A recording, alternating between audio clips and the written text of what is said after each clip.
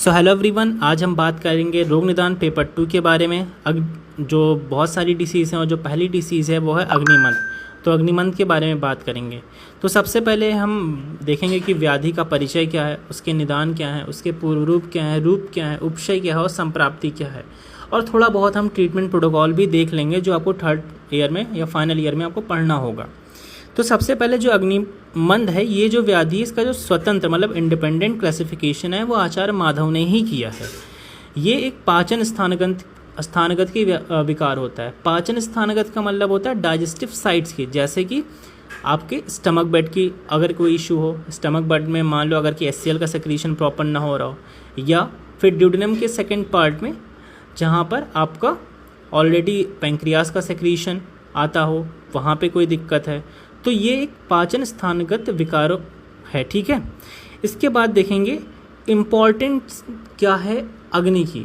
तो आचार्य चरक कहते हैं चिकित्सा स्थान 15वें ग्रहणीय अध्याय में कहते हैं आयु वर्ण बलम स्वस्थ उत्साह उपचयो प्रभा ओजस तेजो आग्नेय प्राणशयुक्त देह अग्नि हेतु का। चरक चिकित्सा स्थान 15/3। तो अग्नि हमें क्या प्रोवाइड करता है? जो हमें गुड एपेटाइट, जो गुड एपेटाइट होती है उससे क्या होता है? आयु वर्ण बल स्वस्थ उत्साह उपचय प्रभा। अब ऑब्वियसली जिसकी डाइजेस्टिव फायर अच्छी होगी उसके जो सप्त धातुएं हैं वो प्रॉपर्ली नरिश होंगी। वर्ण मतलब उसका ऑलरेडी जब रस अच्छा बनेगा तो कॉम्प्लेक्शन बहुत ही अच्छा होगा, उसकी स्ट्रेंथ बहुत अच्छी होगी। और जो स्वस्थ उत्साह उपचय प्रभा, उपचय का मतलब ये चीज़ें हमें कहाँ से मिलती हैं? अग्नि के द्वारा मिलती हैं। ठीक है, तो आप लोग ये याद रखिएगा, ये श्लोक इंपॉर्टेंट है। आप कहीं भी अग्नि के बारे में क्लासिफिकेशन चाहे पेपर 1 में करना, पेपर 2 में, तो आप ये श्लोक डाल सकते हैं। अब हम देखेंगे अग्नि कितने टाइप्स की होती हैं। तो मोस्टली अगर ये वाग्भट के अकॉर्डिंग देखोगे तो उन्होंने क्या बोला है? ते भवेद विषम तीक्ष्णो मंदाश्चग्नि समय समा, मतलब तीक्ष्णाग्नि, मंदाग्नि, समाग्नि और विषमाग्नि होती है। ठीक है, राइट। अब यहाँ से आपको आंसर राइटिंग पैटर्न आपको स्टार्ट करना होता है। सबसे पहला पॉइंट होता है अग्नि निरुक्ति या व्युत्पत्ति। तो अग्निमंद जो होता है ये 2 वर्ड से बना होता है, अग्नि प्लस मंद, अर्थात अग्नि की मंदता मतलब लो एपेटाइट या लो डाइजेस्टिव फायर, इसको हम अग्निमंद कहते हैं। रेफरेंस आपके चरक संहिता विमान स्थान चैप्टर नंबर 2 में भी दिया हुआ है। चरक संहिता चिकित्सा स्थान चैप्टर नंबर 15 है जो कि गृहिणी चिकित्सा अध्याय है। वहीं सुश्रुत ने सूत्रस्थान में भी बताया है और माधव निदान ने तो स्पेसिफिकली इंडिपेंडेंट अग्निमंद के बारे में ही डिस्क्रिप्शन दिया है। बहुत इंपॉर्टेंट है अग्निमंद का निदान। ये आप अरुचि, आटोप, आदमान सभी में आप का सिक्का में भी यूज़ कर सकते हैं। तो क्या है निदान, आप इसको याद रखिएगा। चरक चिकित्सा स्थान का है कि आभोजनात् अजीर्ण अति भोजनात् विषम असमनात् असात्म गुरु शीत अति रूक्ष समदृष्ट भोजनात् विरेक वमन स्नेह विभ्रमात् व्याधि कर्षणात् देश काल ऋतु वैश्माद वेगान च विधारणात्। अब इसको लिखने का तरीका क्या है? आप इसको 3 कैटेगरीज में डिवाइड करेंगे, आहारज निदान, विहारज निदान और मानसिक हेतु। तो ये 3 आपके निदान होंगे। तो आहारज में देखोगे अभोजनात् मतलब क्या है? भोजन मतलब किसी ने फूड ही नहीं इंटेक किया है। अजीर्ण मतलब जो फूड आपने इंटेक किया वो डाइजेस्ट ही नहीं हुआ है। अति भोजनात् मतलब ओवर हमने खाना खा लिया, किसी दिन अच्छा मिला तो ज़्यादा खा लिया। विषम असमनात्, अब विषम असमनात् का मतलब क्या है? विषमासन क्या होता है? जब आप पत्त अपत्त इन सभी को और बिना टाइम के आप खाते हैं तो उसको कहते हैं विषम असमनात्। असात्म गुरु शीत अति रूक्ष, असात्म मतलब कोई पित्त प्रकृति का पेशेंट है और वो पित्त प्रकृति का ही भोजन अगर कि इंटेक कर रहा है तो वो उसके लिए सात्म नहीं होता है। गुरु ज़्यादा हैवी फूड खा लिया आपने, शीत खा लिया, अति रूक्ष समदृष्ट भोजनात् मतलब जो 18 प्रकार के विरुद्ध आहार हैं वो आपने सेवन किए तो उससे भी दिक्कत हो सकती है। अब उसके बाद संशोधन कर्म में क्या? विरेक वमन स्नेह विभ्रमाद व्याधि कर्षणात्। अगर आपने विरेक मतलब विरेचन, वमन, स्नेह या विभ्रम, ठीक है, इनकी व्युत्पत्ति से कोई उत्पत्ति हुई है व्याधि तो उसको लिया गया है। या देश काल ऋतु वैश्यमाद मतलब इनसे विषम मतलब मान लो गर्मी के ऋतु में या ठंडी के समय में आपने बहुत ठंडा खा लिया तो वो भी एक अग्निमंद का ही कारण होता है। ठीक है, तो ये आपको पता होना चाहिए कि अग्निमंद ऐसे होता है, राइट। इसके ये पॉजिटिव फैक्टर्स हैं, ये एटिलॉजी हैं। अब हम इसकी संप्राप्ति के बारे में, इसकी पैथोजेनेसिस के बारे में देखेंगे जिसको संप्राप्ति कहते हैं। तो आचार्य लघु वाग्भट ने अष्टांग हृदय के निदान स्थान 12/1 में बोला कि रोगा सर्वे अपि मंदाग्नयो, सभी रोगों का जो कारण होता है वो मंदाग्नि होती है। तो कैसे कैसे व्याधि होती है वो समझिए। सबसे पहले आपने कोई भी एटियोलॉजी आपने इनटेक की, चाहे आहारज हो, चाहे विहारज हो, चाहे मानसिक हेतु हो, तो निदान आपने सेवन कर लिए। फिर इससे क्या होता है, कफ दोष जो होता है उसकी दुर्बलता होती है। अब कफ दोष में भी क्लेदक कफ जो होता है वो अमाशय में रहता है, उसमें क्या होता है, विकृति हो जाती है। हो सकता है ज़्यादा बढ़ जाए या हो सकता है कम हो जाए, तो जिससे क्या होता है, जठराग्नि की दुर्बलता होती है। तो डायरेक्ट कॉज क्या करता है, अब आपके स्टमक में गैस्ट्रिक जूसेस ही प्रॉपर नहीं सेक्रीट होंगे, तो फिर आपका फूड कैसे डाइजेस्ट होगा। ठीक है, तो क्या होगा, या तो कम्प्लीटली या तो बहुत ज़्यादा डाइजेस्ट हो रहा है या तो डाइजेस्ट ही नहीं हो रहा है। तो इस कंडीशन को हम कहते हैं आम विष। आम विष के कारण अग्निमंद की उत्पत्ति होती है, मतलब प्रॉपरली डाइजेस्ट फूड नहीं हो रहा है। ठीक है, तो दोष देखोगे तो अग्निमंद कौन सा दोष प्रधान होता है, ये संप्राप्ति घटक के अंदर आते हैं। तो ये सब संप्राप्ति घटक के अंदर आते हैं। तो दोष ये कफ प्रधान होता है, त्रिदोषज होता है, मोस्टली क्लेदक कफ इन्वॉल्व होता है। दोष में रस धातु होती है और ये अन्नवा स्रोतस की बीमारी है, ये याद रखना। अग्निमंद जो है ये अन्नवा स्रोतस से डील करती है। अग्नि दुष्टि है, मंदता है, स्रोतस अन्नवा स्रोतस आपको बता ही दिया। स्रोतो दुष्टि कैसे, संग। अब संग कैसे हो गया, क्योंकि HCl सेक्रेट नहीं हो रहा है पेशेंट की बॉडी से, पेशेंट के स्टमक बेड में HCl आ ही नहीं रहा है, जिस वजह से डाइजेस्ट नहीं, इसलिए संग हो रहा है।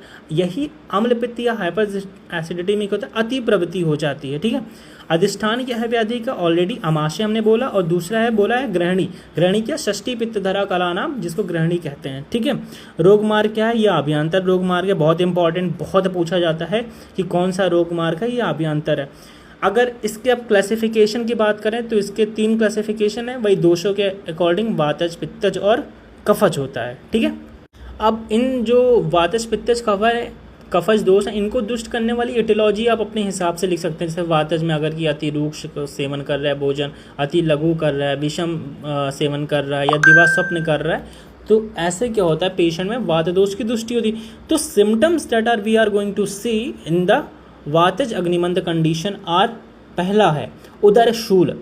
पेशेंट में पेन होगा ही होगा अगर वातज अग्निमंद है। कोई पेशेंट कहता है भैया मैंने खाना खाया था और मेरे पेट में दर्द हो रहा है, तो आपको ये याद रखना है कि शूल है, उदर शूल अग्निमंद की कंडीशन है, लेकिन कौन सा, क्योंकि वात दोष इन्वॉल्व है जो कि रिस्पॉन्सिबल होता है शूल के लिए। दूसरा क्या है, अंग वेदना, बॉडी में बहुत ज़्यादा एक होगा।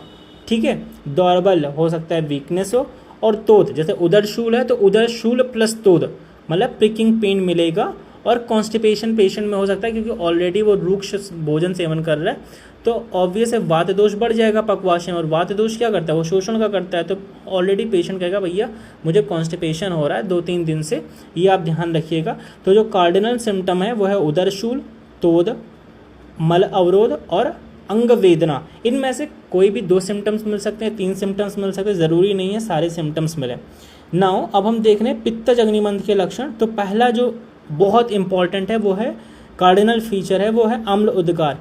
जिनमें भी अग्निमंद का मतलब ये नहीं होता है पित्तज अग्निमंद कैसे हो सकता है पित्तज अग्निमंद में क्या हो रहा है, जो भोजन है वो विदग्ध हो रहा है, मतलब ओवर डाइजेस्ट हो रहा है। ठीक है, तब भी रस धातुओं का नरिशमेंट नहीं हो पाता है। तो पहला कार्डिनल फीचर है होता है वो अम्ल उद्गार। सेकेंड क्या होता है, ऑब्वियस ज़्यादा एसिडिटी, अगर कि गैस्ट्रिक जूसेस ज़्यादा सेक्रीट हो रहे हैं तो पेशेंट में तृष्णा प्लस दाह, दीज आर दी 3 कंडीशन, अम्ल उद्गार, दाह, तृष्णा, ये बहुत इंपॉर्टेंट है, प्लस भ्रम, ये 3 कंडीशन आपको मिलेंगी पित्तज अग्निमंद के पेशेंट में। ठीक है, अब कफज अग्निमंद देखेंगे, आपको पता होगा एटियोलॉजी आप आराम से लिख सकते हैं कि बहुत मधुर अम्ल लवण रसों का सेवन कर रहा है, पिष्ल सेवन कर रहा है, स्निग्ध भोजन कर रहा है, अति भोजन कर रहा है, दिवा स्वप्न कर रहा है बहुत ज़्यादा, उसमें वातज में नहीं कर रहा था, तो इसमें कफ दोष की कुपित होता। और जो कार्डिनल सिम्टम है वो है शरीर गौरवता। पेशेंट कहेगा भैया खाना खाने के बाद बहुत ज़्यादा हैवी लगता है। ठीक है, दूसरा है उत्क्लेश, पेशेंट को उल्टी, जैसे जी मसलाना कहते हैं, नोजिया टाइप कहते हैं, वो लगेगा। ठीक है, उसमें कौन सी मेडिसिन यूज़ कर सकते हैं, ऑन्डेस्टेरॉन यूज़ कर सकते हैं यहाँ। ठीक है, उसके बाद क्या है, छर्दी, पेशेंट को उत्क्लेश होगा तो उत्क्लेश प्लस छर्दी, ऑब्वियस नोजिया लगेगा तो वॉमिटिंग हो सकती है। और क्या है, क्लम, पेशेंट बहुत टायर्ड होगा, मतलब खाने के बाद तब भी उसको एनर्जी नहीं रहेगी पेशेंट में। और स्टिफनेस, ये कार्डिनल फीचर्स हैं जो आपको याद रखने हैं। ठीक है, अब इसके बाद देखेंगे साध असाध्यता। तो ऑब्वियस है अग्निमंद जो है ये ऐसा नहीं है कि एक दिन में 2 दिन में, ये काफ़ी लॉन्ग टाइम के कारण अग्निमंद होता है और ये सुख साध्य होती है। अगर इसके कॉम्प्लिकेशंस देखोगे, अगर कि इस टाइम टू टाइम अगर कि इसको नहीं क्योर किया गया तो पीनस मतलब राइनाइटिस होने के चांसेस जो पेशेंट में होता है वो ज़्यादा होता है। और यक्षमा से आप राजयक्षमा भी समझ सकते हो। राजयक्षमा कैसे, बॉडी जब नरिश ही नहीं होगी तो ऑब्वियस है बॉडी क्या होगा, मसल वास्टिंग हो जाएगी। मसल वास्टिंग होगी, बॉडी का मसल ही नहीं बचेगा तो पेशेंट में क्या होगा, बहुत ही लीन हो जाएगा। इसलिए यहाँ पे यक्षमा का यूज़ किया गया है। हम थोड़ा सा इसमें ट्रीटमेंट प्रोटोकॉल भी देखते हैं कि क्या क्या दे सकते हैं पेशेंट में, थोड़ा एक्स्ट्रा बता रहा हूँ। तो आप जैसे कास्टिक चूर्ण दे सकते हैं, 3 ग्राम होता है और उसको आप नींबू स्वरस के साथ दे सकते हैं। पंचकोल आसव दे सकते हैं 40 ml, प्लस रात में ओडी में आप आयरन तेल दे सकते हैं 20 ml, ताकि पेशेंट का मोशन मॉर्निंग में क्लियर हो जाए। और आपको जो स्पेसिफिकली एडवाइस करना है पेशेंट में वो लघु और पथ्य आहार आपको एडवाइस करना है। और निदान परिवर्जन तो बहुत इंपॉर्टेंट है। सो आज हमने अग्निमंद डिसीज़ को कम्प्लीटली कवर किया विद उसके निदान, पूर्व रूप, उपशय और संप्राप्ति के साथ। और संप्राप्ति घटक के बारे में बात की, उसकी चिकित्सा के बारे में भी थोड़ी से आपको बताया है। सो मिलते हैं नेक्स्ट वीडियो में। Till watch this video completely and stay with Ayurvedic Drishti. Thank you.